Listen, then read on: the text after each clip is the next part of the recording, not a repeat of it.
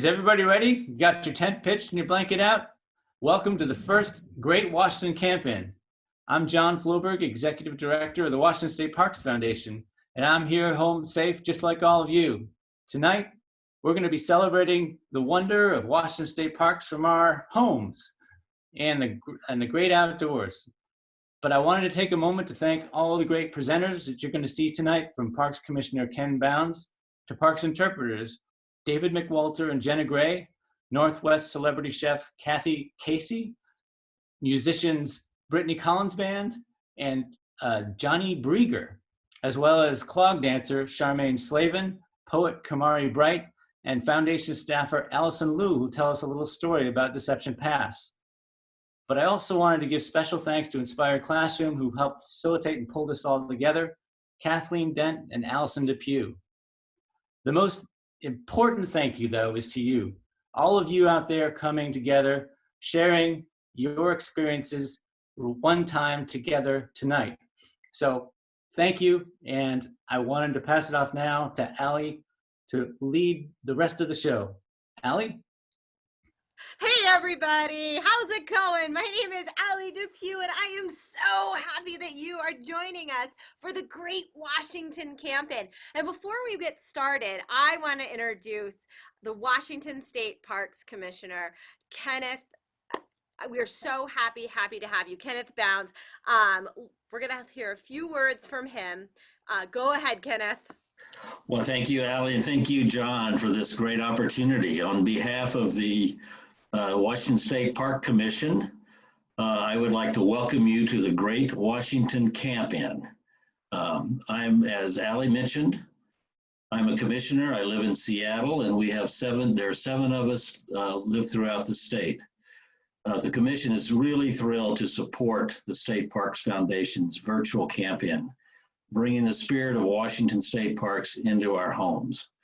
We know the governor's necessary preventive measures to mitigate the spread of COVID-19, including a stay-at-home order, have disrupted your plans as well as ours to go camping, biking, and otherwise enjoying state parks. We also know access to parks is vitally important to our physical and our mental well-being. But that doesn't mean we can't have fun. The Foundation and Inspire Classroom have created an innovative program to bring state parks into our living rooms. But you can also create your own experiences at home. And I can speak to that from my own personal experience. As a kid growing up in Texas, one of the things I loved every year is we went camping. But that was only for 3 or 4 weeks out of the year. We'd stay in state parks, national parks, see the country. Wonderful time with family and friends and extended family. But when we got home, for the rest of the year, if we wanted to go camping, we would pitch our tent in the backyard, or we would throw some sheets over chairs and a table and have a tent indoors. Those are favorite memories that I have from growing up. We enjoyed s'mores and popcorn that we could make with the family. My brother and I would then crawl into the tent with a deck of cards and Monopoly game and have a great time telling stories, and then eventually fall asleep. And you know, we just didn't have a care in the world. So relax, join in the sing-alongs, ask questions of the Rangers in the class, in the chat room, and have fun. And thanks again to the State Park Foundation for hosting this event. And hey, Allie, before we get the program going, I have a question for you. Yes, what's that? Well, how do trees access the internet? Gosh, I don't know, Ken. How do they? It's a real stumper, I can tell. They log in. They log in. I like it. That is awesome. All right, let's get started. That is so great. Well, thank you guys so much. So first off, I have just a couple announcements to make. Wow, we have received some absolutely amazing Washington Camp-In photos. So thank you very much. At the end of the program tonight, a winner will be announced. And after that, we are going to be opening up the photo gallery to voting. And that means that throughout the weekend, you can go ahead, take a look, you can do some voting, and some other prizes will be awarded. And Washington State Parks Foundations will go ahead and email those winners. Yes, Junior Ranger Kathleen. Hey, Allie, we have over 1,000 people on our chat. No way, So, 1,000 people love on the it. chat. Way to go, We- Washington. We would love it if when you ask a question, you tell us your first name and where you're from. Perfect. So first name, where you're from, send us a bunch of information. We can't wait. Now, I want to get this program rolling right away. Boy, we have got an amazing performer for you coming up first. I am so excited to introduce Brittany Collins. Brittany is an amazing young Washington musician, and what's really cool is she's currently streaming all sorts of live broadcasts, and I'm sure she'll tell you a little bit about where you can find more of her fantastic music. So Brittany, we'd like to welcome you, and I actually have a question for you. I am wondering, Brittany, can a frog jump higher than an average tent? Oh gosh, that's a great question, and I truly do not know the answer to that. I'm gonna say no. Brittany, of course it can. The average tent can't jump. Oh my goodness. All right, that's a pretty good one. All right, take it away, Brittany. Thanks so much.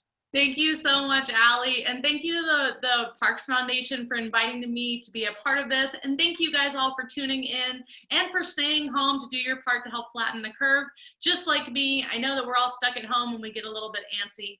As Allie mentioned, I am doing regular streams on my Facebook page, actually, every Friday night at 7 p.m. So I'm going to be heading over to Facebook right after this, but I know you guys are going to be sitting in your tents watching the rest of this broadcast. So I'm going to play you a couple songs now, and if you're so interested, make sure to head on over to my Facebook page at Brittany Collins Band, or you can find me on the internet at BrittanyCollinsBand.com. Thanks, guys.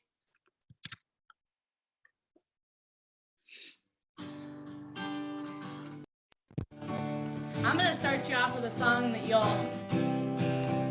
definitely recognize and hopefully you'll like. Heading down south to the land of the pines, I'm thumbing my way into North Carolina, staring up the road and pray to God I'll see headlights. Well, I made it down the coast in 17 hours. Picking me a bouquet of dogwood flowers and all the hope in the run.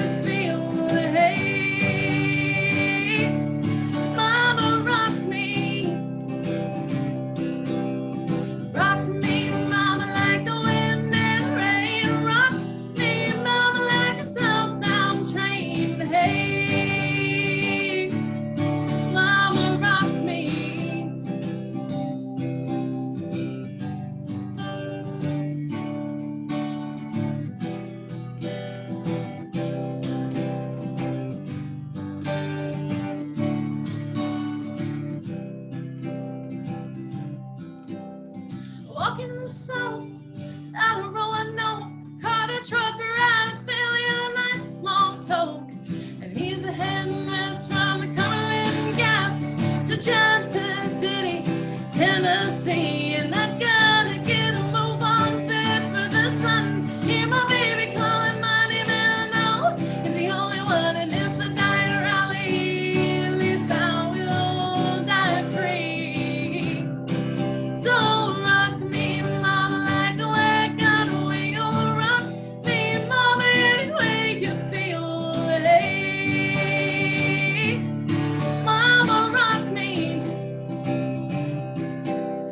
Rock me, mama, like the wind and rain. Rock me, mama, like a southbound train. Hey, mama, rock me. Rock me, mama, like the wind and rain. Rock me, mama, like a southbound train. Hey, hey, mama, rock me.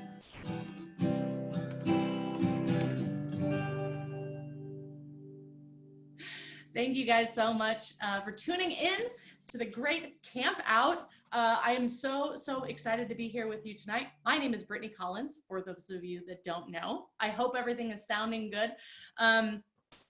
I am coming to you from my house in Skagit County, Washington, and I'm very happy to be here. The next song that I'm going to play for you is actually a song that I wrote my very self. And this song is called Two Worlds, and it's actually about kind of the life of a musician and how I live in a very rural place. But of course, I'm in the city all the time, and I love both of those things. And I think that we need both of those things in our lives. We definitely need, you know, to be outdoors. And as humans, I think we need to go hiking and experience nature and really connect with the outdoors. So I want to thank the Parks Foundation for inviting me to be a part of this amazing event. And this song is called Two Worlds.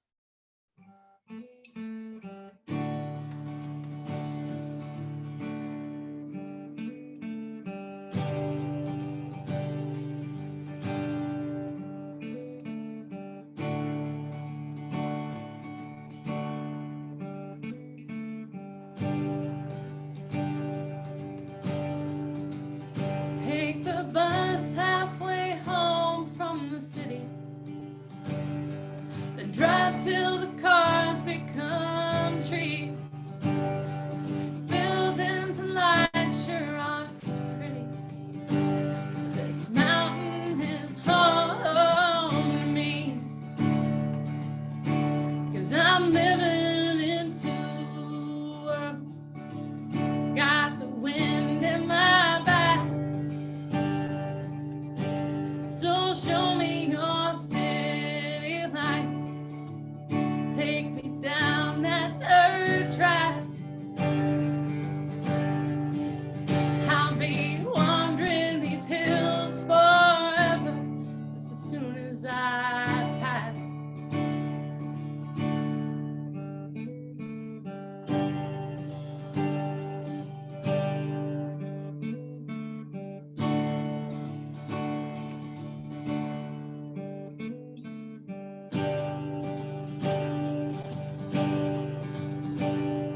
Since 16 years old, I've been driving these roads. Since the music was the language I'd speak. Just me and the wheel and the show to make me feel like I'll never grow old, you see. 'Cause I'm living in two worlds. Got the wind in my back. So show me your city lights. Take me down that dirt track. I'll be wandering these hills forever, just as soon as I pass.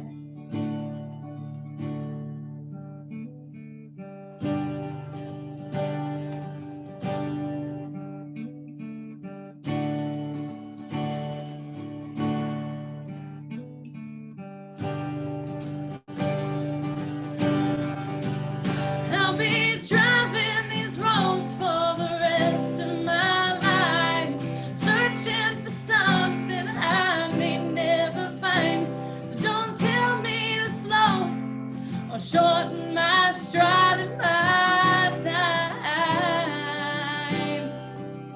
'Cause these hills I'll wander till I die.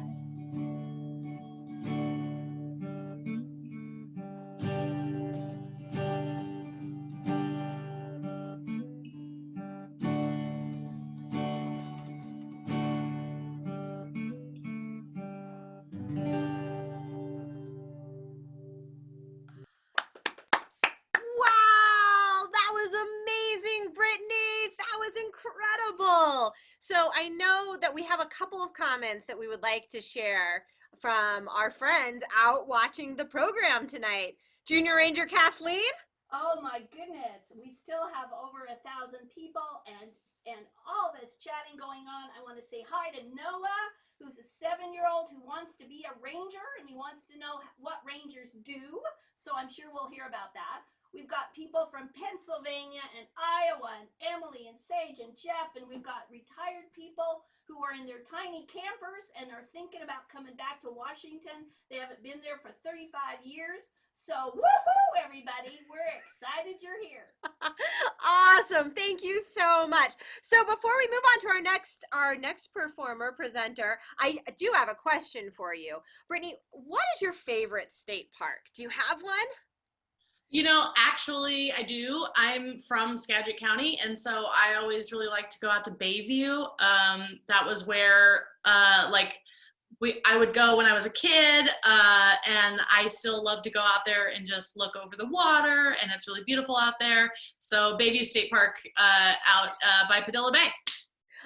Awesome. Well, thank you so much, and thank you so much for joining us tonight. Thank you for having me. Wonderful. Awesome. So our next presenter, she hardly needs an introduction. I want everybody to please go ahead and grab your marshmallows, your chocolate, your graham crackers, as we hear from the Pacific Northwest's celebrity chef, Kathy Casey. Hi, campers. I'm so happy to be here. Very exciting. So I'm going to start with a little story about living in the beautiful Northwest. Growing up in Seattle and living in the Northwest for most of my life, I couldn't imagine living anywhere else. Other parts of the country are wonderful too, don't get me wrong, but there's something that gets in your blood here. Some say it's moss, but maybe it's the 4 distinct seasons we're blessed with. The sunny summers, when it stays light out until 10 p.m., are just hot enough. Then the days begin to shorten and the sun's still peeking out, but the air is brisk and cool. As we approach fall, the trees turn brilliant and then drop their leaves, making crisp piles to jump into. Then the rain starts and the skies turn gray and we turn to espresso for cold weather pick-me-ups. The first fresh snow falls on the mountain crests and the early nightfall signals winter. When we turn the corner into spring, light showers are upon us. Oh yes, a little more rain. But the sun starts to peek out and the trees and flowers start to bloom, waking us up from our winter blues. At every turn of the calendar's pages, we look forward to what next season brings to our kitchens, from spring's asparagus, morels, and lamb, to summer's berries, salmon, peaches, and tomatoes, to fall's apples, chanterelles, hazelnuts, pumpkins, and squash, and finally to winter's oysters.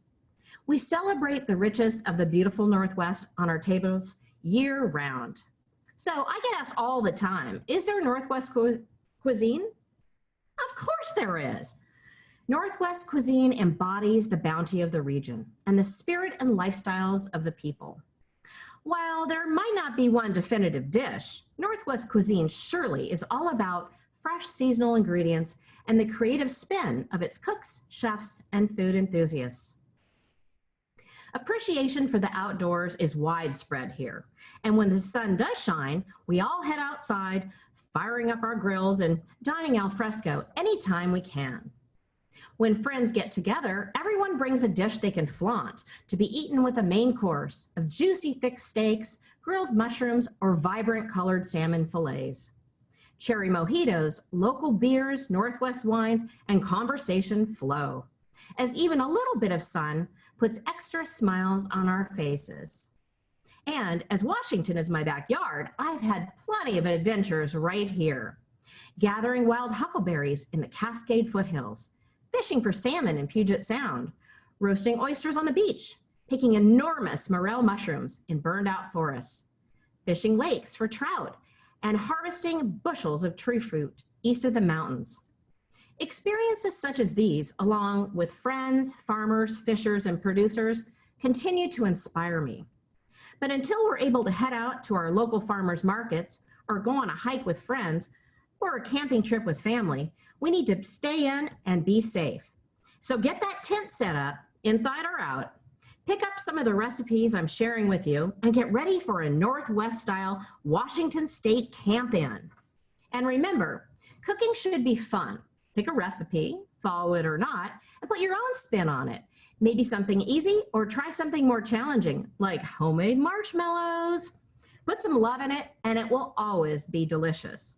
So let's talk about some recipe ideas. How about s'mores? S'mores have to be the most beloved campfire treat. Do you like your toasted marshmallows soft and gooey, or dark and charred like I do?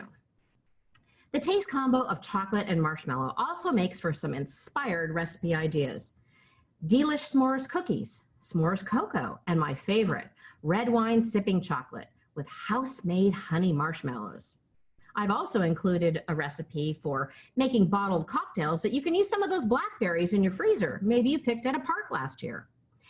And a Camp-In Fiesta menu, complete with slow cooker chili, cheddar jalapeno cornbread, smoky margaritas, and minty limeade. Yum! So pick a favorite, one of your favorites, camp in, and cook up some fun.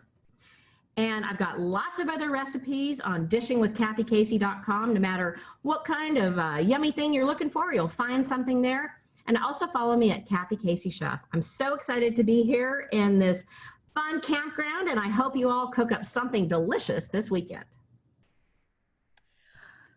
That was fantastic. My mouth is absolutely watering right now. Oh my gosh. So I have a question for you, Kathy. Okay. Okay, so what do you get when you cross a delicious Washington apple with a shellfish? I'm not sure. You get a crab apple. I love that. And I love crab apples. My grandmother used to pickle them, and they're one of my favorites. So delicious.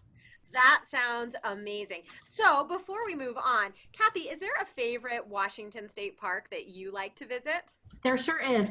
I love Sun Lakes. I used to go there all the time when I was in high school and when I was even younger than that. And it's just such a beautiful place to camp and hang out and have lots of fun in. So Sun Lakes is my pick. Oh, that's awesome. Thank you so much for joining us tonight. Kathleen, Junior Ranger Kathleen, what do we hear from our audience? Well, we've got people who want to get out there and make those s'mores, I think, but you know, they're going to have to make them in the living room for a little while, but they're still good. Thanks, Kathy. That was amazing. Oh yeah, and you can fire up a little campfire in your backyard if you have a little portable campfire stove, and if you have a gas stove at home, just flame them up over that. Oh, well, let's hope they'll be careful. That sounds great. Pick them on a fork and flame them up. Get toasted. Thanks, Kathy. We did have a question come in, Allie, about how many state parks are there in Washington?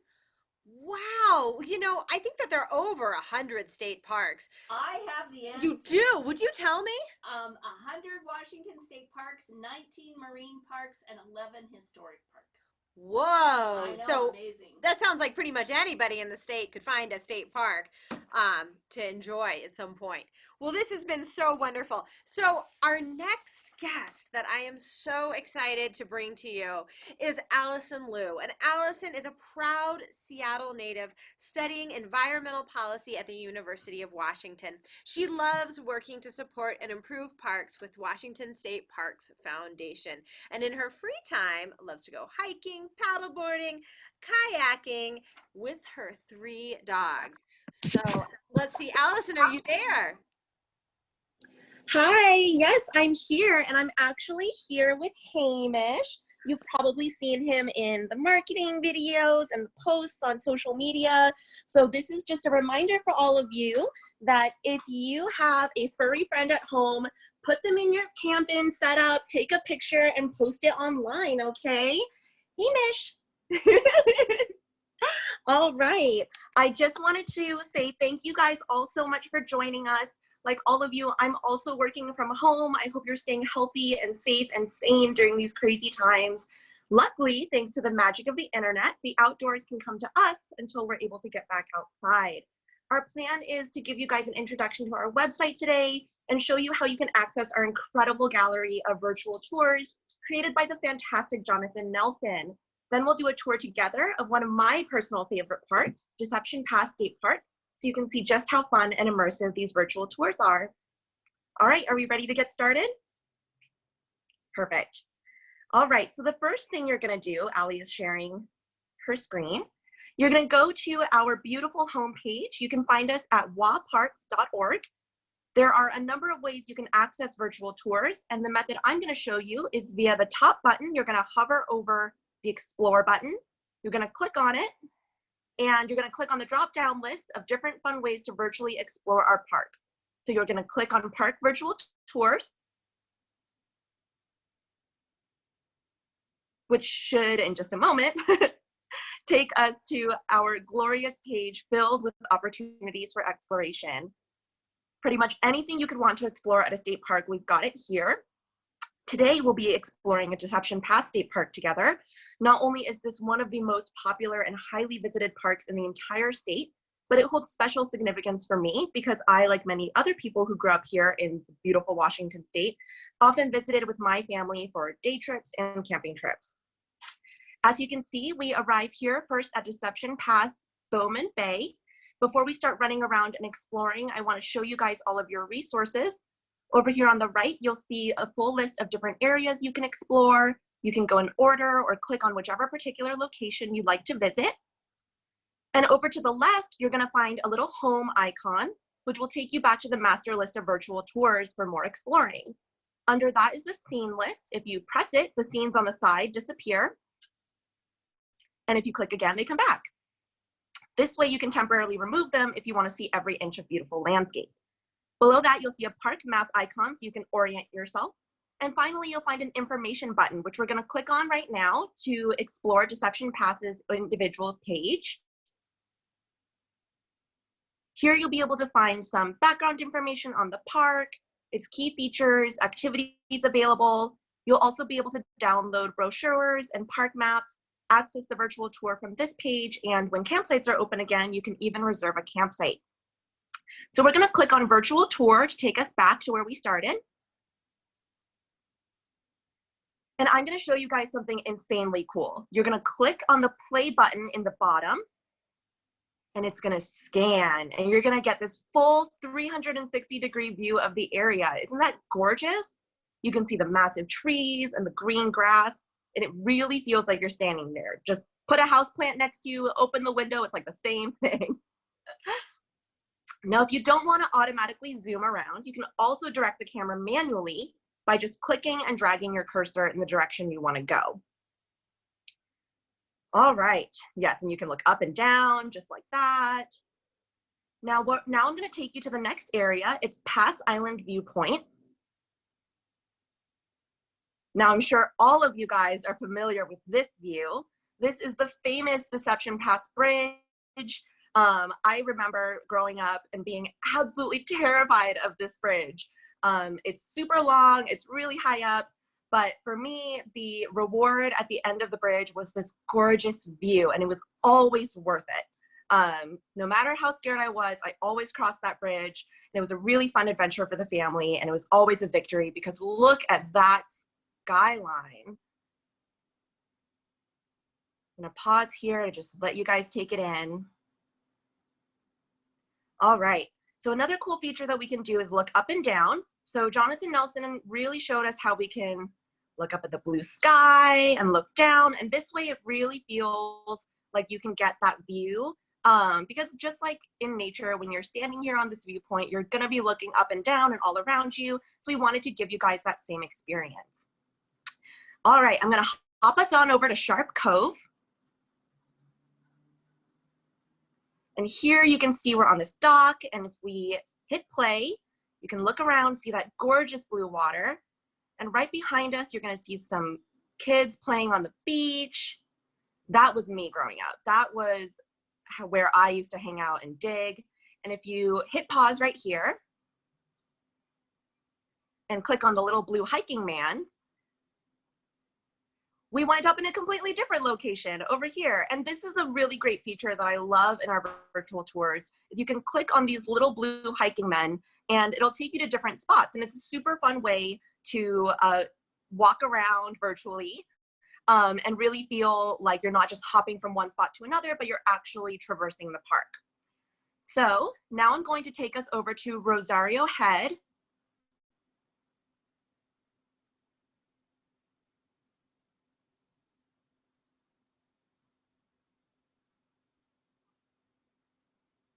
Sometimes it takes a little bit of time for the internet to catch up.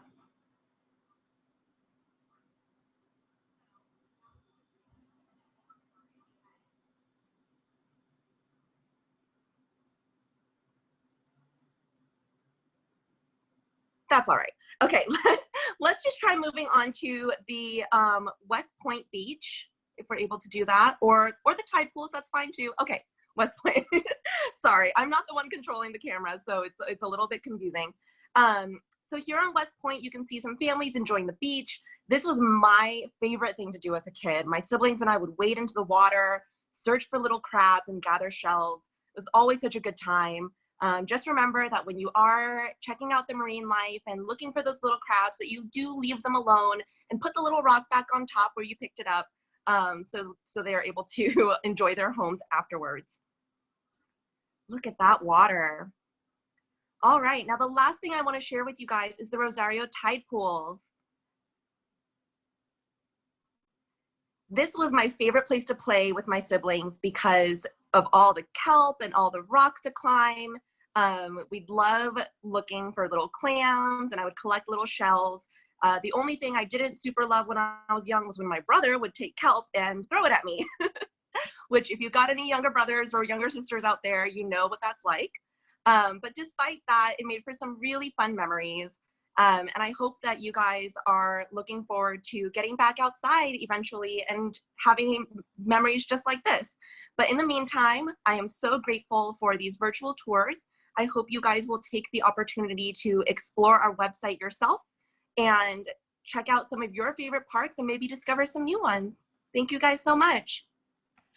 Thank you so much, Allison. Oh my gosh. So Allison, I'm just curious, have you heard the joke about the skunk? The joke about the skunk? No, I have not. That's okay because it really stinks. Oh, sorry, everybody. Thank you, Allie. You set me up for that one.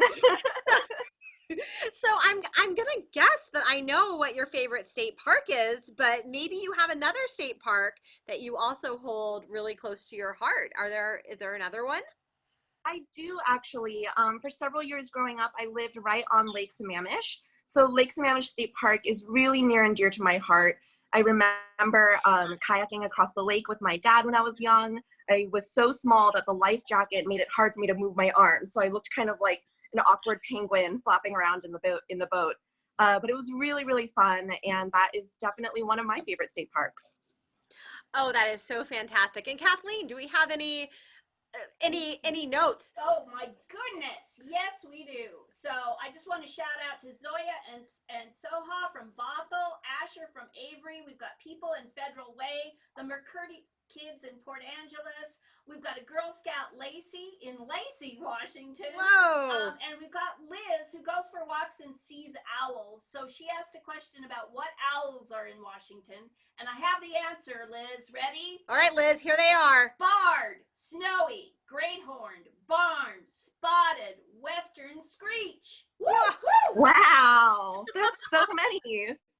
That is so fantastic. Well, Allison, thank you so much for joining us today. And I am really excited to go ahead and introduce our next performer. So our next performer writes songs about everyday life as a child. His songs spark imagination and curiosity in all of his listeners. I am so pleased to introduce Washington's own Johnny Brieger. Johnny, are you there? I'm here. Can you hear me? Okay, great. Thanks so much for having me, y'all. This is like totally fun. I'm a huge outdoors fan, actually, and a lot of my songs are about the outdoors. In fact, I brought my tent and I set it up in my family room here, and one of my sons brought down a little Luna lantern thing, and it's so cool. So it feels a little like I'm camping in the living room. So I'm gonna play just a couple quick songs for y'all. We can pretend like we're sitting around a campfire. These are original songs that I wrote. If you'd like to hear more, you can check out my website at johnnybrieger.com. And the first one is a song called Dragonfly. It goes like this.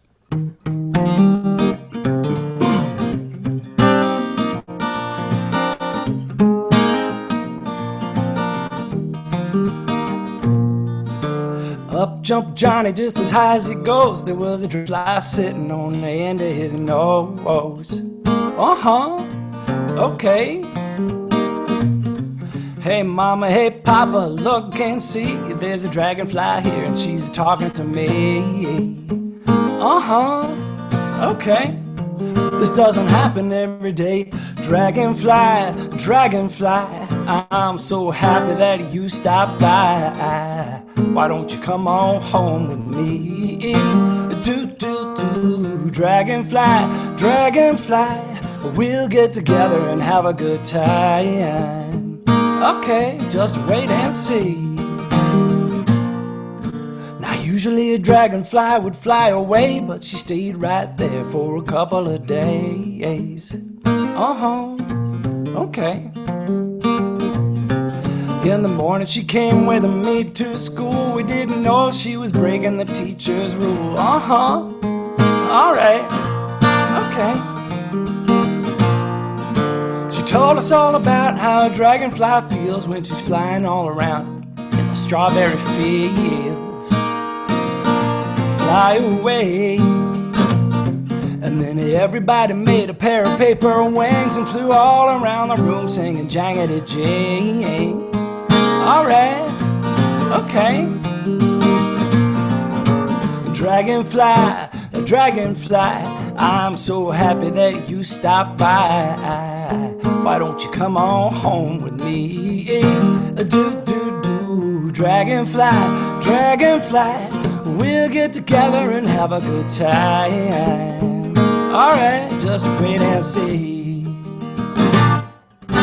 Dragonfly, you're so wild and free. Fly away, but please come visit me. Sometimes. Go, dragonfly, go! Oh, yeah. This is the part where people dance around and flap their wings. Dragonfly, dragonfly, I'm so happy that you stopped by. Why don't you come on home with me? Dragonfly, dragonfly, we'll get together and have a good time. Alright, okay, just wait and see. Oh, just wait and see.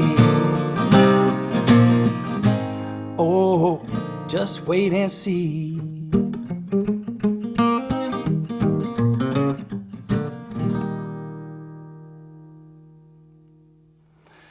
Thank you so much. So yeah, this spring's been beautiful, and I've been outside a lot. In fact, there was a comment about moss earlier, I think, from the chef. And I actually spent a good chunk of the last couple days tied in with a climbing harness on my roof, scraping the moss off the roof. Yeah, it's something you got to do every once in a while. This next song I'm going to play is called Polly's Rain Dance, and we've had a beautiful spring. But the truth is, people, we could use a little rain. So if you want to do this little rain dance, after you hear the first chorus, you'll know what to do. Just follow along. I'd also like to quickly mention that I just 2 days ago released a new record, but it's a grown-up record with more kind of grown-up songs on it, and you can find that at jebrigar.com. It'll be out soon on streaming media too. So this song's called Polly's Rain Dance. It goes like this.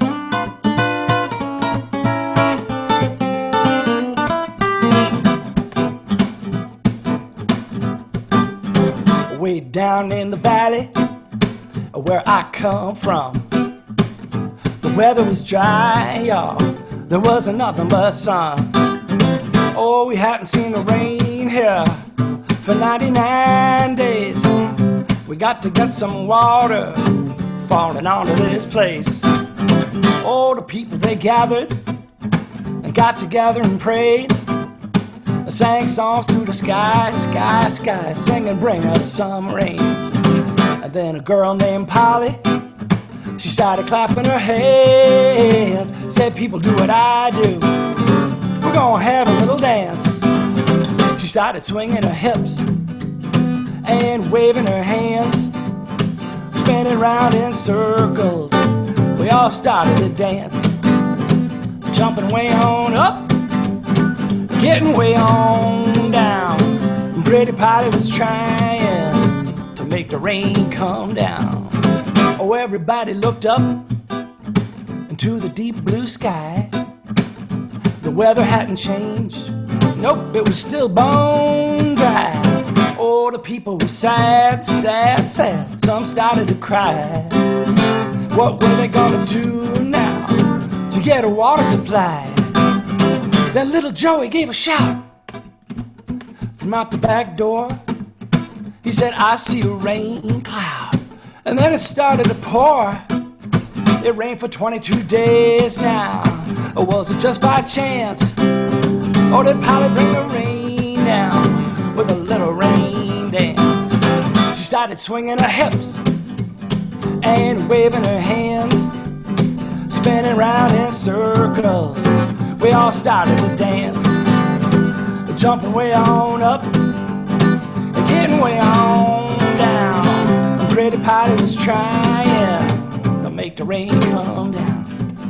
Oh, it's raining, yes, it's pouring, and the old man is snoring. He went to bed and he bumped his head. And when he woke up in the morning, that old man was wet. She started swinging her hips and waving her hands, running around in circles. We all started to dance, jumping way on up, oh, getting way on down. Pretty Polly was trying to make the rain come down. Pretty Polly was trying to make the rain come down. Pretty Polly was trying to make the rain come down. Ooh, yeah. That's it for me. Thank y'all. Woo! I have a comment for David. Yes, you have a comment. Yes, I just heard from Shelby and Natasha from Bellevue, and they say, you're a good singer. You are. I bet Shelby and Natasha were probably boogieing just like I was boogieing on that one. That was awesome, Johnny. Thank you. That was so great. So, Johnny. Yes. I'm really curious. Do you know how a bear stops a movie? He hits claws? Oh, you're so cute. You're so close. He hits the pause Oh, button. the pause. Pause, anything you Pause on got. the Right. pause. Yeah, yeah. Oh man. Hey, I also want to say thank you. You provided some absolutely fantastic music that was playing at the very beginning. And Oh, I really appreciate that. no problem. It was a ton of fun. So I have to ask, this is the $1 million question. What is your favorite Washington State Park? You know, it's a tough question because I've been to a lot of them, and I've actually enjoyed quite a few. But one of my very favorites is Fort Worden State Park.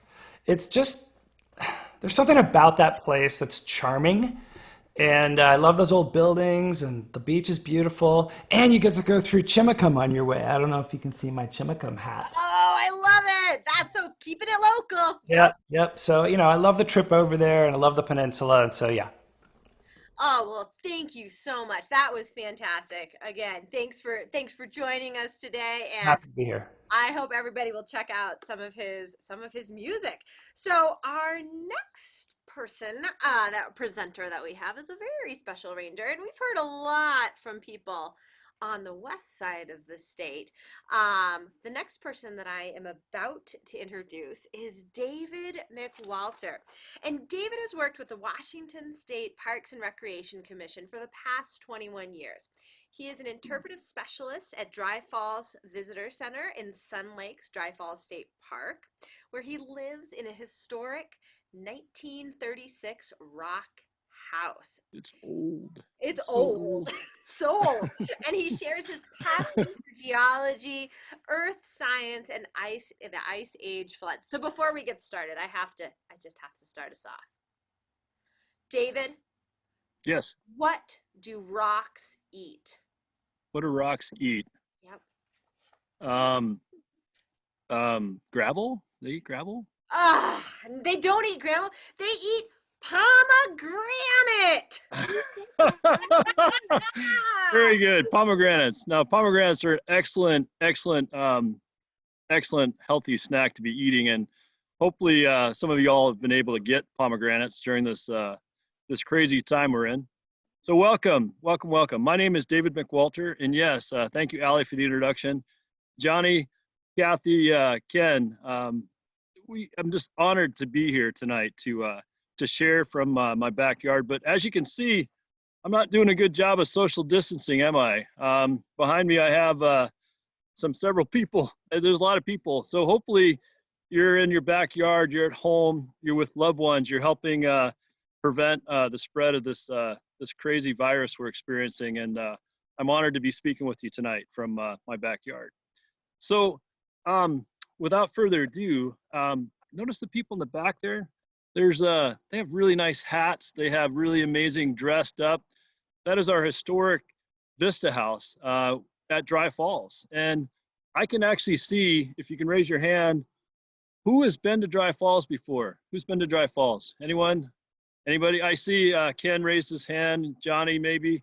And Dry Falls is an amazing historical place, but before we get there, I need to get appropriately dressed. And amazingly, haircuts, I haven't had a haircut in a long time. I mean, I wish I could go see my barber, but to be more official, I'm gonna put on my flat hat here, and I'm gonna actually welcome y'all to my backyard, because just like you, I hope that you have been exploring and learning about things in your backyard, because there's so many things to explore.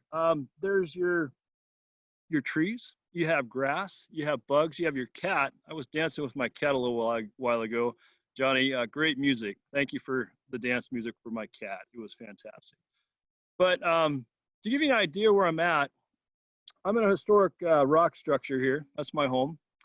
It was built in 1936, and it's home to my three beautiful children who are also home with me.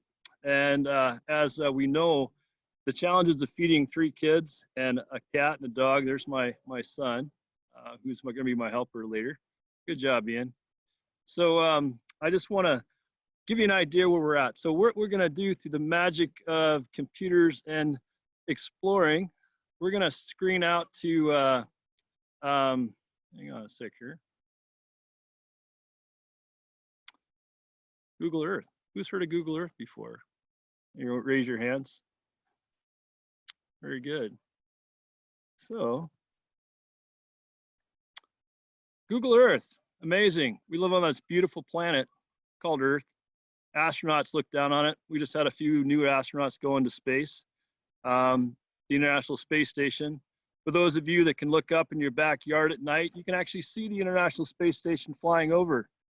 But we're not gonna sit on the International Space Station. We're actually gonna go to a very special place, which when I ask where people are from, often they'll say places like Seattle or Kenmore or Kirkland. And I want to give a shout out to all those people that do live in amazing places like the Puget Sound.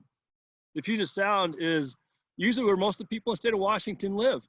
They have homes, they have factories, they have places where they play.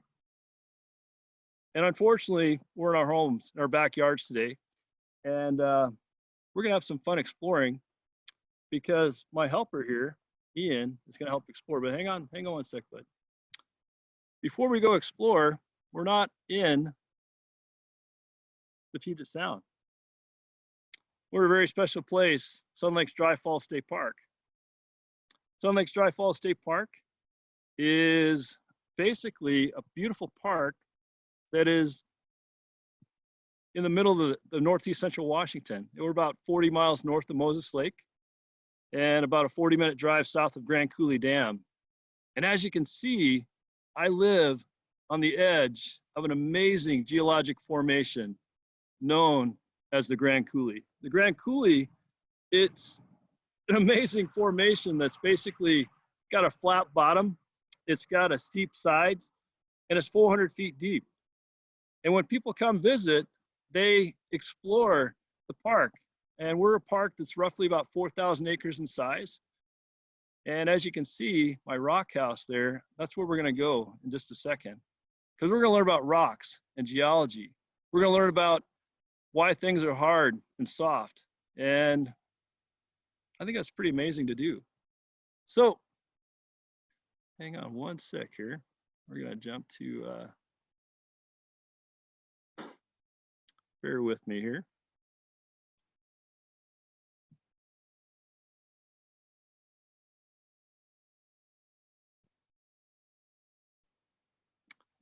So, again, hand raised. Who's been to this place? Has anyone seen the inside of that building? Very good. I see some hands going up. International visitors. I've seen people from China. I've seen people from Russia. I've seen people from Iceland. Iceland's an island. They come to this place. And this place is known as the Dry Falls Visitor Center. Dry Falls Visitor Center, what we were just looking at, is what I would call the largest high definition TV, because when you're inside, you're looking out upon this amazing, wondrous place, which is known as the Dry Falls. And the Dry Falls is an amazing geologic formation because it's huge. It's a 400-foot hole in the ground. It's 3.5 miles across. And at one time, there was a waterfall flying over the top. It's what I would like to call the world's largest oxymoron. Literally, there's no water. It's dry. But at one time, there was so much water flowing through here. There's scientists that describe it as if it has all the water of the world was flowing through this one place. The rivers, the mountains, all the water from in the world was flowing right through here, created this hole that you're looking at, which is known as the Grand Coulee. So if we look, you can actually see amazing layers. 1, 2, 3, 4, 5. I've had people count as many as 5, 6 layers below us. And what you're looking at is my home, Sun Lakes Dry Falls State Park. It's a great place to explore. But again, we're back at our house, and I'm gonna jump back home here, and I'm gonna teach you guys about some rocks, because rocks are amazing. Rocks, Kathy was talking about cooking and the amazing things we can eat in the Pacific Northwest. But what I'd like to do is show you some rocks that I'm most inspired by. I want Want to come on over here again? All of us have usually kids that are wrestling with right now. And this is my son, Ian. Big shout out to my friends on the East Coast. He's a good kid. He's a good nut. So Ian's in 5th grade. Maybe 5th graders out there. Okay, probably some 2nd graders, 4th graders, people in college, but you're actually working from home. But what we're gonna do is we're gonna learn about some of the rocks. So Ian, what kind of rocks are here in the park that you find usually here? Basalt. Basalt? So basalt is a rock that has shapes like this. Look at that. That is an amazing rock that in ways it looks almost like a muffin. I mean, you see the layers, or a mud pie. Can you see the mud pie? It's got the layers. Now, I wouldn't want to eat this. There are some people that might take a bite out of it, but what do geologists do when they want to learn about a rock? They put on safety goggles. So you want to put on safety goggles? Very good. And how do they break it open? Right? What are they going to do? It's a rock hammer. A rock hammer. So they break this apart. And why I brought this particular rock, a good friend, an amazing interpreter that used to work at the Dry Falls Visitor Center. I'll let his name out. Joel, if you're watching, thank you for the Rock Saga.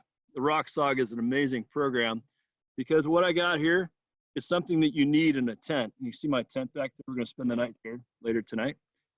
In that tent, what do you need to have a good night's sleep, Ian? What do you need to have a good night's sleep? A sleeping bag, okay. But when I go backpacking, I'm soft. I need something to put my head on. So what would you call this here?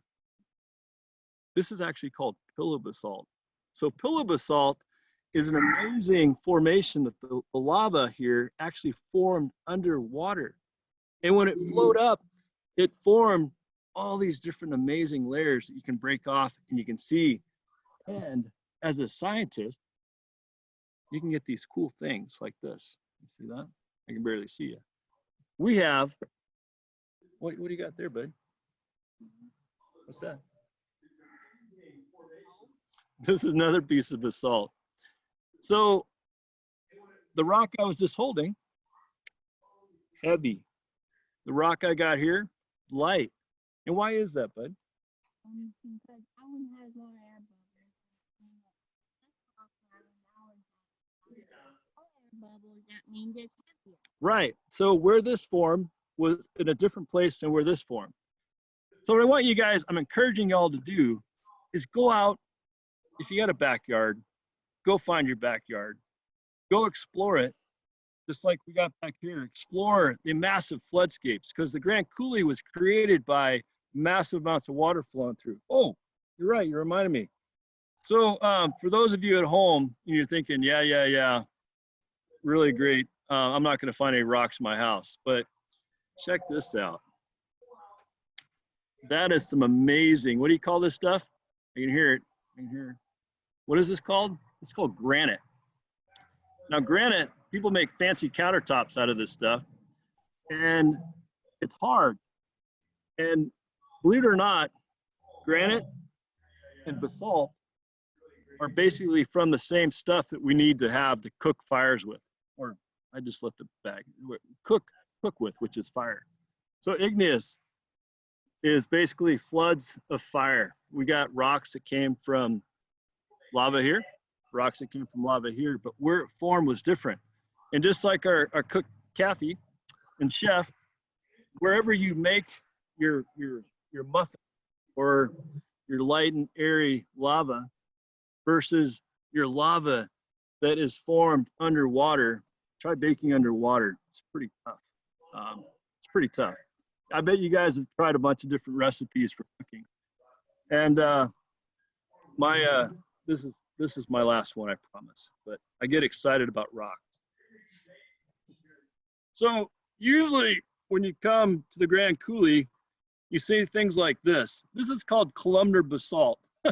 Now, columnar basalt is something that people are most impressed by. They like to put this in their driveways. They like to decorate with landscaping. But columnar basalt forms with really thick layers of lava. You see that? Thick layers. You see that? I'll stop moving.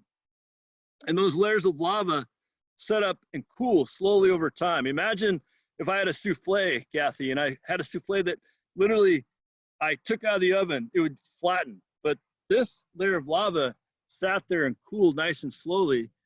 And if I had a piece, but they're really, my East Coast buddies out in the East Coast, plumber basalt is wicked heavy. It's wicked heavy, very heavy. So this here, I asked my son Ian to go get a rock, and he of course brought me the heaviest rock he could find. So I'm going to leave you with this. Because the sun is going down, and I had to bring in some artificial light because Johnny did such a good job of singing a song about rain and stuff. The clouds came in, but I got a flashlight, and this is my special flashlight. And parents with kids, have an adult have your help with the kids. Get your mom and dad to help you. But this here is a black light, and it's amazing how you can highlight different rocks. And you see that? Wow, this is amazing. See the color change? Okay, I'm gonna mess some magic. You ready? Blah, boring rock. Whoa, look at that. Exciting rock. So I encourage you to go find your granite countertop. Now, I don't recommend a hammer. So I don't recommend a hammer to basically go out with the hammer on your countertop. That's a bad idea. What I do recommend is go play with your kids in your backyard, have games, basically be able to explore. And I encourage you, once Washington State Parks opens, that we are a group of people that are excited to help you learn. We're a group of people that want you to continue to be excited about Washington State Parks. And we're working hard to help you learn. And I'm welcome to questions. If you have questions tonight. Oh, you better believe we've got some questions for you. Okay. All right, Junior Ranger Kathleen. Yes. Oh my goodness. We have some real rock hounds. Oh, so we have got Sage in Pennsylvania who wants to know what David's favorite rock is. Oh, what's your favorite rock? My favorite rock, that's a tough one. That's really a tough one. No, I do like granite. Granite is a beautiful rock. One of my favorite hiking places up in the Okanagan, Tiffany Mountain, is beautiful. And you can find amazing veins of granite that with crystals in it that are massive amounts of patterns and very pretty. And it's a beautiful place just to sit and learn. So granite is my favorite. So yeah. Great. Yeah. We've got another question, David. We've got Kane Okay. and Clark in Spokane, and they want to know, Okay. where do rangers sleep? Do they get to sleep in the Where- park all the time?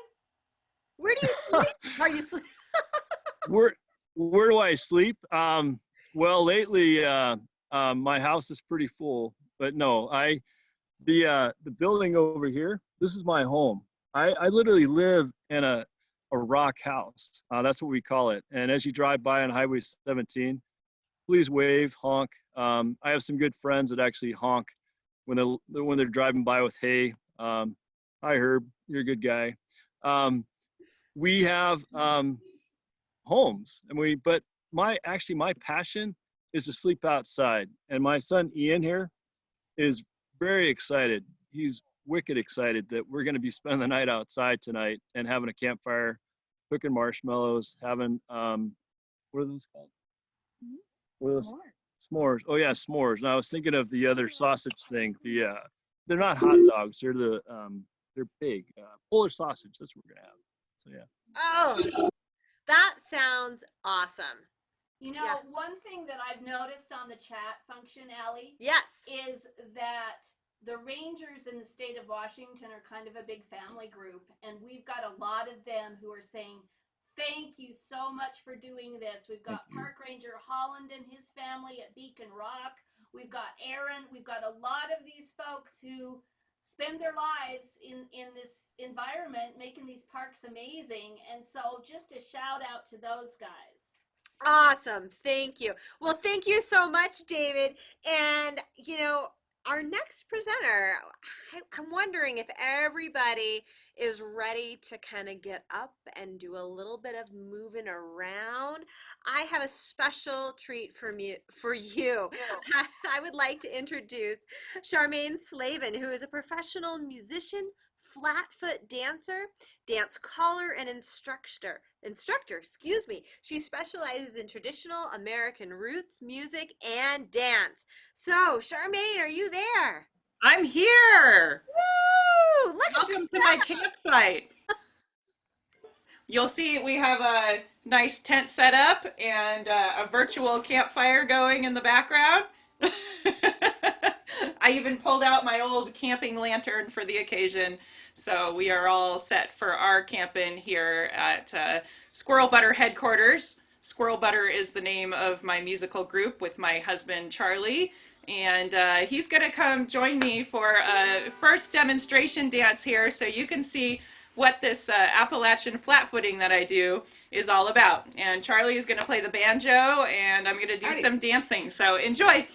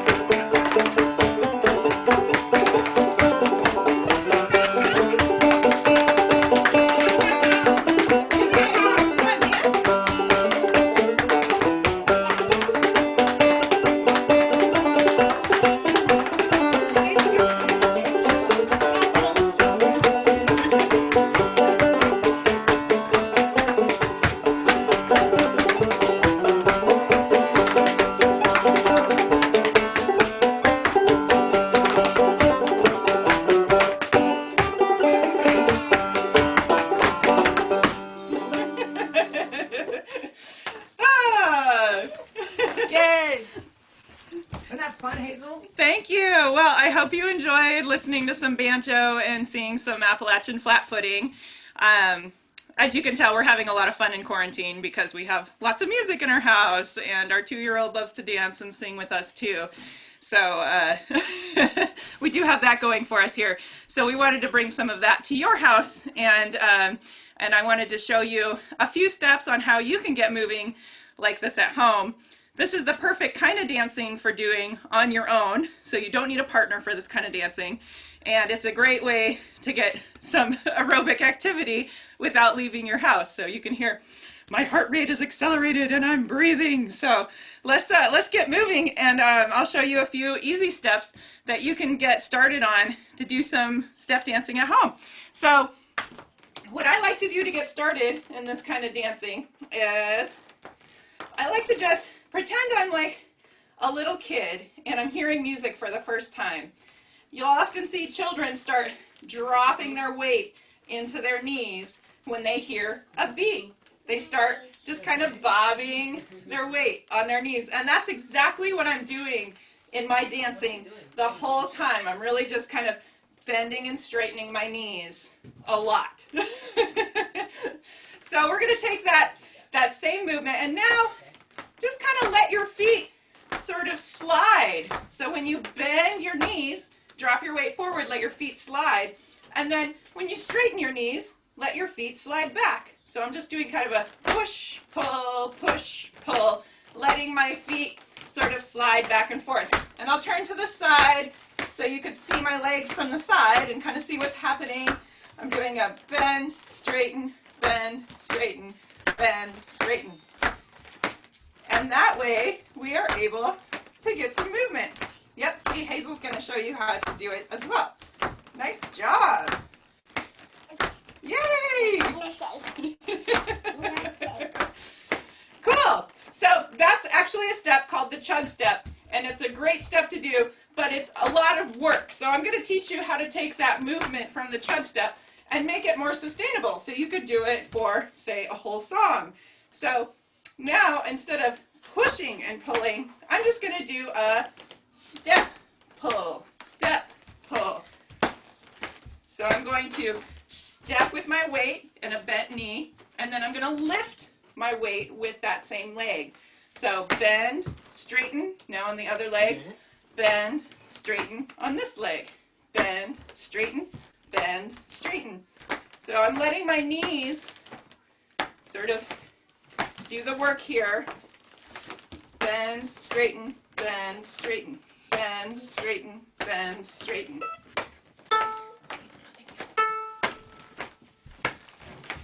Bend, straighten, bend, straighten. No, not straight. Move over here, Hazel. Good job. Bend, straighten, bend, straighten, bend, straighten, bend, straighten. Hazel. And that's how you get a nice basic step. And this is a good workout in its own, and it's a nice tempo to do this dancing. Even if you're listening to a fast tune, you could be dancing at this speed, kind of half time to a fast tune.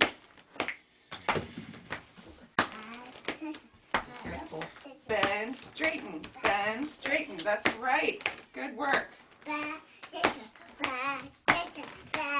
Now, if I wanted to add a third sound to this, with the bend, straighten that I'm doing, I could actually add a heel sound. So when I'm doing my bend, straighten, I can do a heel drag on the other foot. So I can do a bend, heel, lift, bend, heel, straighten, bend, heel, lift, bend, heel, lift. And that's how I can get a third sound. And this might be kind of tricky if you're new, but if you're up for the challenge, you can give it a try. Let's go check it out. Bend, heel, lift, bend, heel, lift, bend, heel, lift, bend, heel, lift.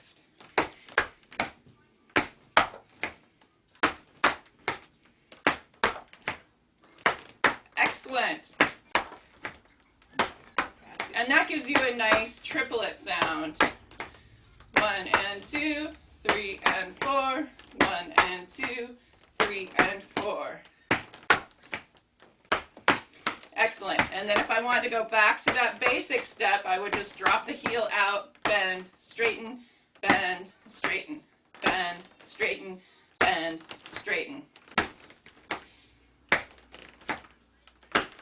So it's definitely some work for your knees. If you have bad knees, please be careful. But it's also a great way to build strength in your knees to get you ready to go hiking when the state parks open back up.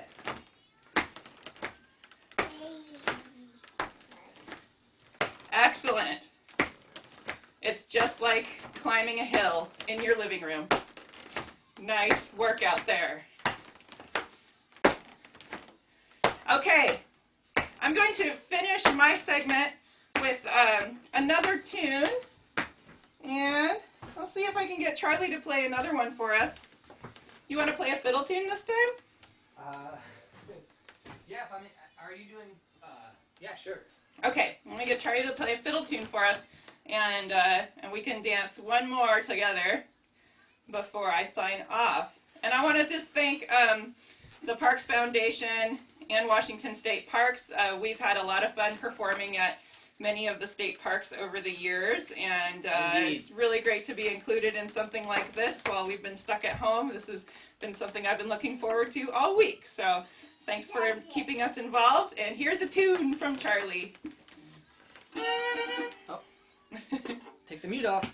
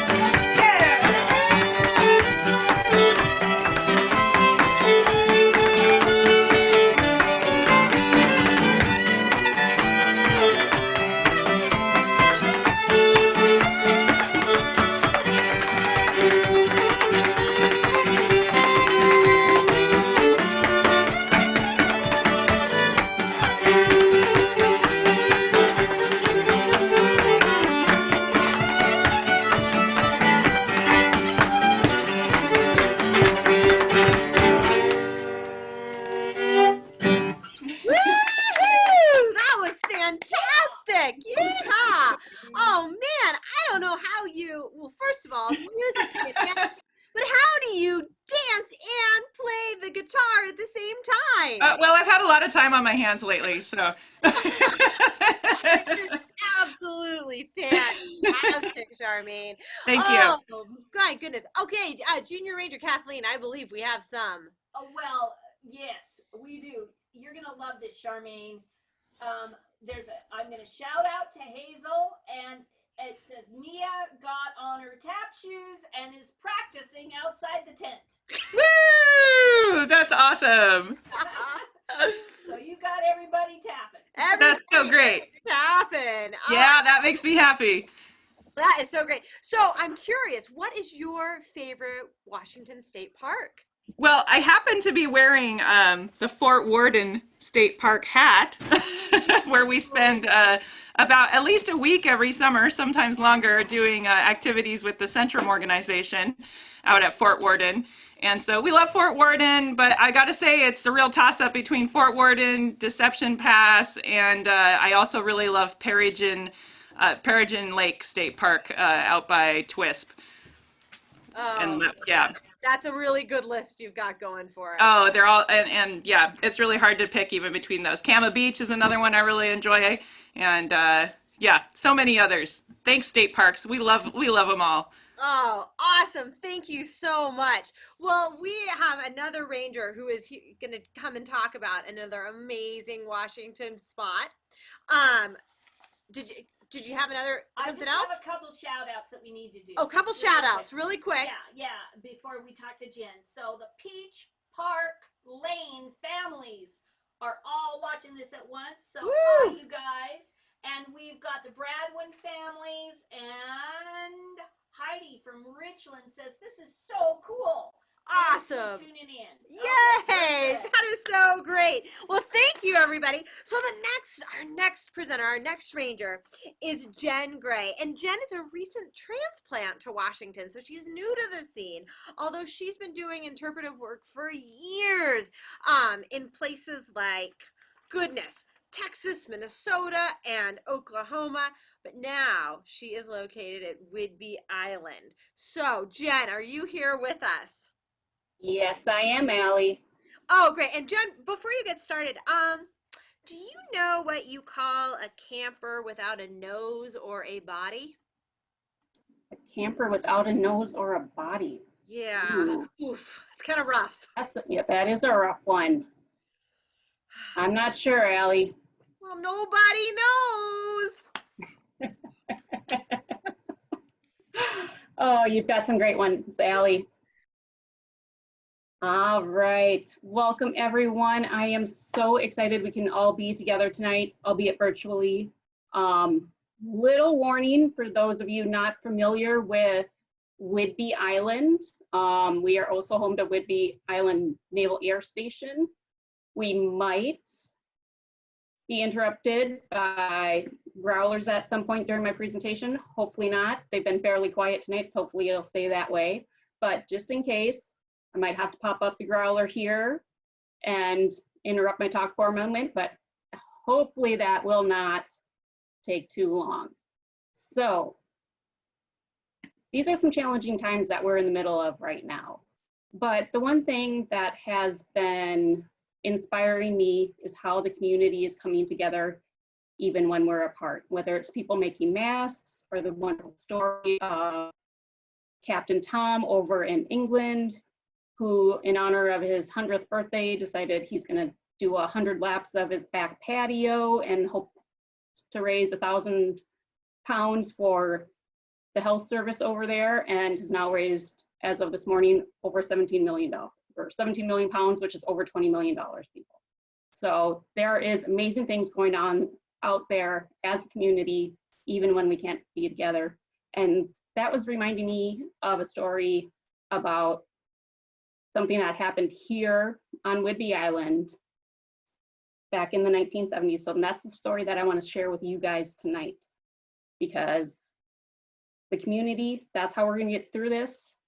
Just, we are stronger together than we are apart. So little story to brighten your days and in the forest.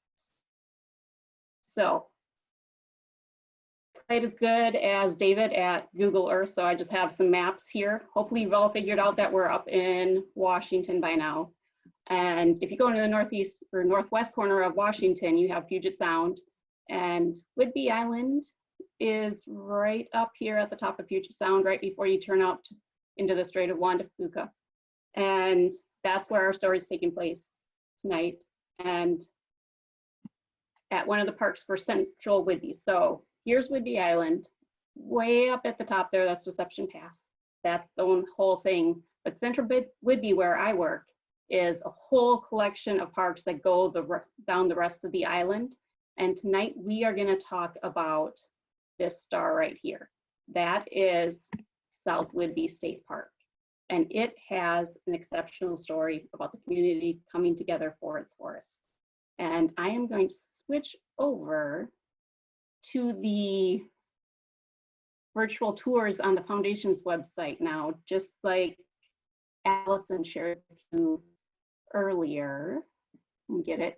We're going to go to South Whidbey virtually here.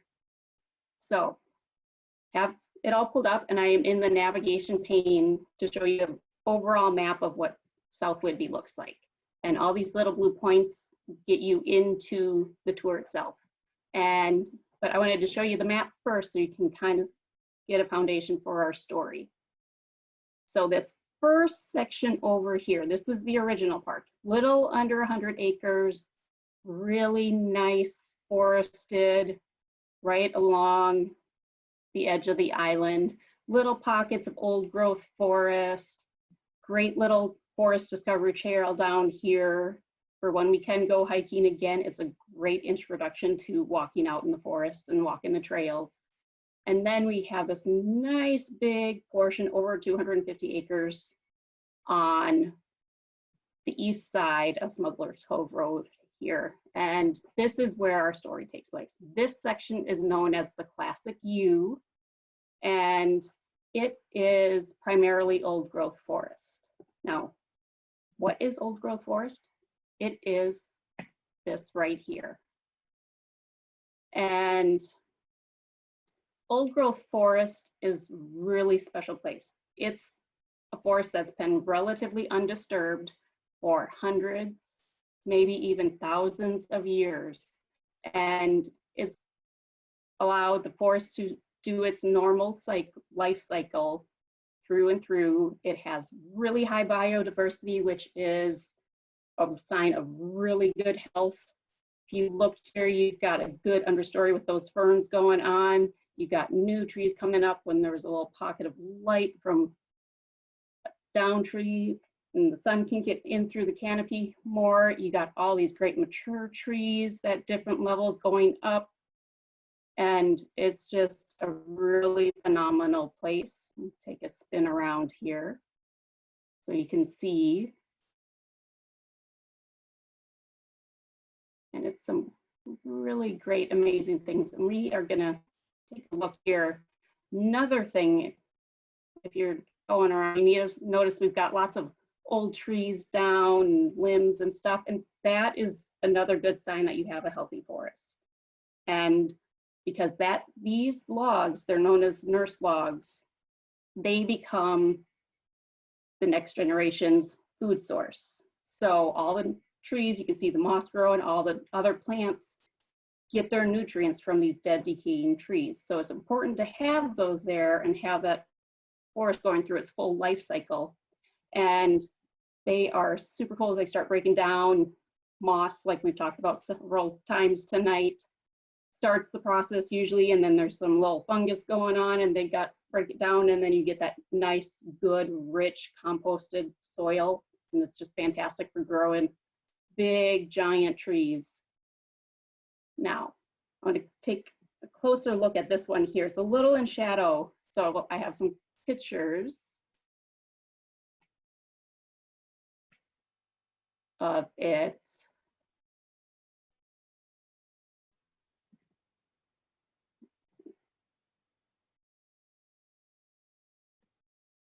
Up close there, a little bit brighter day. And you can see it looks like this tree is kind of hanging in the air. Its roots are coming down. But if you notice down here, this is the remnants of a stump, an old nurse log, still being broken down by moss, and it's got some other little plants growing on. But at one time it was way up here when this little tree seed, probably a Western hemlock, they're really notorious for using nurse logs to start its life, and then its roots kept going down and down and down, and that nurse log kept decaying more and more and more, and it just has this phenomenal tree that looks like it's almost walking through the forest now with its big tendrily roots going through the forest. So really wonderful, awesome thing going on there. Now back to our forest here.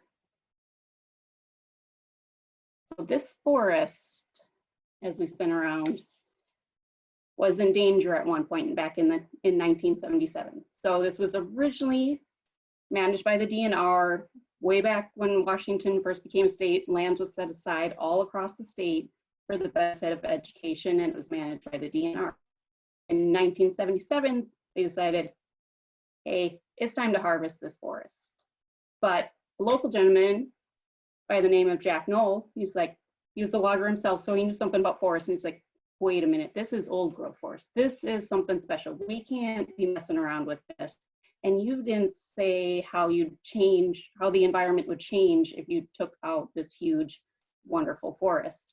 So he filed a lawsuit, and well, that was going through the courts and the lawyers were doing their things. Jack started working with his community, telling them what was going on, and they started this organization called Save the Trees. And they started kind of watching the forest, making sure, seeing what was going on with it while the lawsuit was doing, what the lawyers were doing their thing. And one day in August, somebody noticed that, hey, the logging company's out there and they're starting to work on their logging roads. So that person, they raced across the road to South Whidbey State Park as it was back then, went in the telephone booth, yeah, remember 1970s, there's still telephone booths back then, and made the call, and out came over 100 Whidbey residents to save their forest. They literally put themselves between the loggers and the trees. And let me see, let me share with you, there we go. So there's Jack and a few of the other residents. So they came and saved those trees, gave Jack and his lawyer time to file a restraining order saying, hey, we need to figure out what the court's going to decide before we start doing anything with this forest. And they agreed. So that went on. So everything kind of stopped. Lawyers kept doing their thing. Eventually, Jack did win his case. So yay. And then DNR and Save the Trees had to figure out what was going to happen next, because DNR still needed to help fund public education in the University of Washington, but we wanted to save the trees at the same time. So we had this balancing act they needed to find out. And in 1981, came to an agreement. The DNR decided, all right, 10 years, we're going to do a moratorium. We're not going to do anything. No logging, no cutting, nothing. And we're going to give you a chance to raise funds, and we will sell it to the state park if you can find the funds. And hopefully, since you've already know the answer, I'm hoping, since you've already seen the map of the park, that come 1991, it was sold, and we have the South Whidbey State Park that we see today. So we have this wonderful, awesome park because of the community. We had a nice little park before, but now we have this huge, wonderful old growth forest that will be there for as long as, so, you know, the Douglas fir for 750 years. Our Western hemlocks are up there in the hundreds too. And then we have the Western red cedars at 1,000. So they are just amazing. And that is going to continue on and on, because let me go back to South Whidbey here, and I'm going to go quick. So David had talked about living in the Ranger House, and there is one at South Whidbey. I'll take you around, see a quick peek of it. But there's something special about our Ranger House. There's no Ranger House there. This is the home of the Calyx Community Arts School. So it's a K-5 school where the kids go out every day. They spend half the day on the trails learning through the trails and learning from the forest, their math and their science and their, language skills all through the forest. So this idea of community and South Whidbey Park is going to be here for generations to come. Oh my gosh, Jen, this is so awesome. We have a question, and I want to make sure that we get enough time to answer the question. Jen, we have a question that came in. What's the oldest tree? Yeah, so they want to know what is the oldest tree, which seems so appropriate.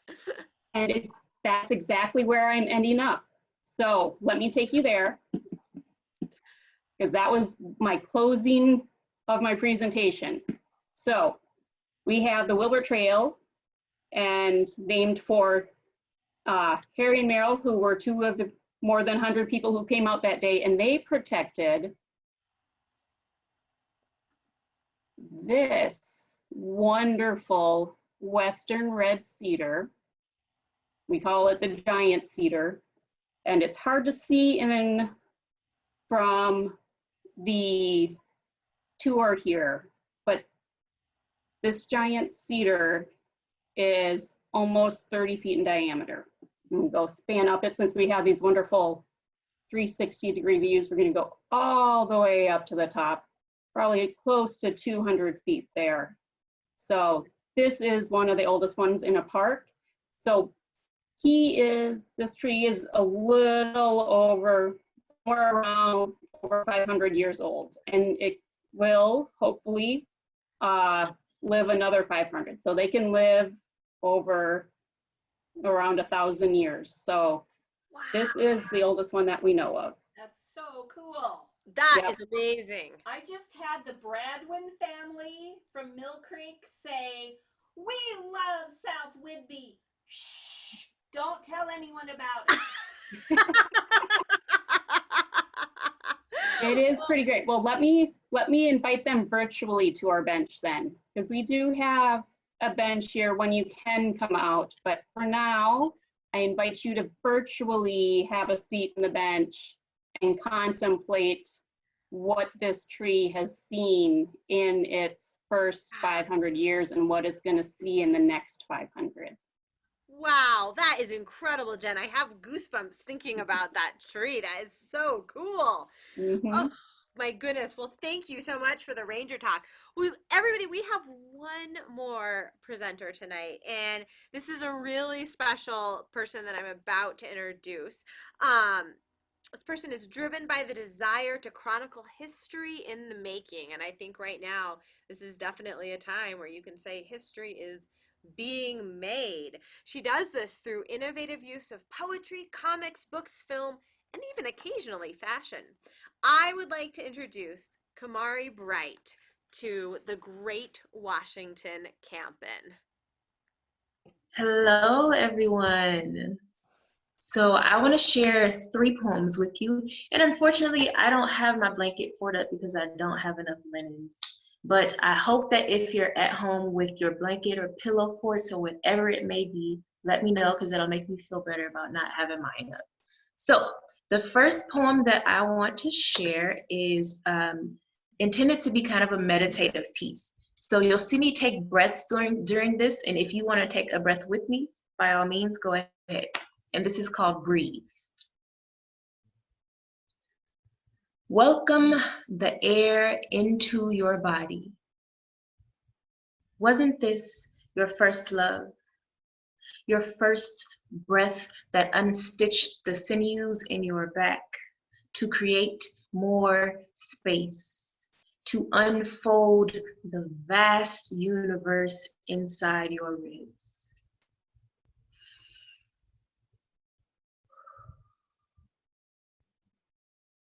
Your lungs are trees, sprouting with each inhale, branching toward your next breath, welcoming it into your body like it is your first, like it is love, unstitching the sinews of restraint in your back, zippering down your spine to open a blank space.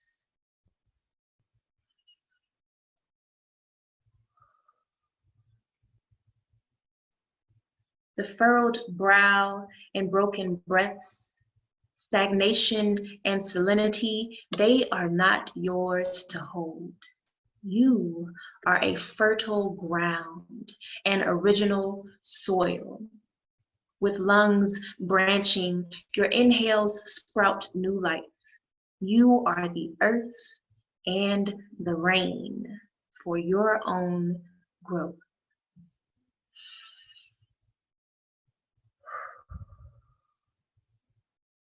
Condense the warmth from hugs that filled the void of wanting. Fill yourself with the ease of life. Feel free like waters, running past the sediment of sabotage and mountains of malintent. Flow or erode until you find your way back to you.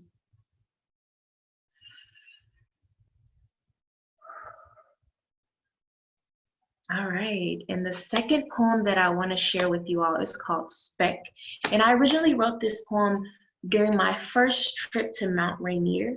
I was walking somewhere in the middle of the night and it was dark as ever outside, and I was a little bit scared because it was so dark. But I had on my headlamp and I was looking around at all the trees, and it was so beautiful that I wrote this poem. So this is called Speck. Among the trees at night, there is a darkness so great that everything in between becomes insignificant. Do you remember it?